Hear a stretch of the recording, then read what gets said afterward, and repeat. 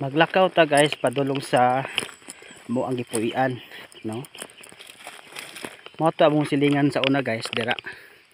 Sila lang Auntie Marlita og ni Uncle Miguel.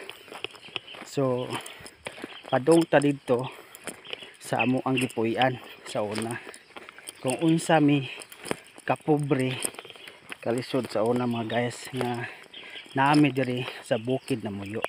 Ano yung palibot diri guys, oh. Nasiya, oh. May palibot diri. So magpaspas ta kay mabiyaan una ta sa last trip. Wala abot ta magmotor. So magsumok-sumok ta, no? Padulong sa kuan. Mo ang gipuy-an sa una. Kinawa guys. Lasang kay ni sa una diri guys.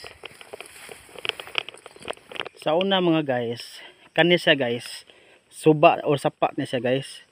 So diri mi sa una, dira pa siya una guys. Pagatabuon sa mo ang amahan kay tawag ani ig-ulan mo baha gid ni siya mga guys, no? Kani siya. Niya layo pa kay mong eskwelahan guys. Mo laka pagag mga almost 4 hours to 3 hours. So magdalugdog na ang langit.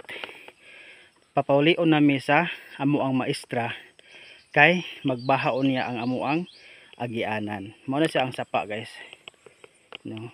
Ana siya ambot nga nagamay na dako mo to siya sa una guys.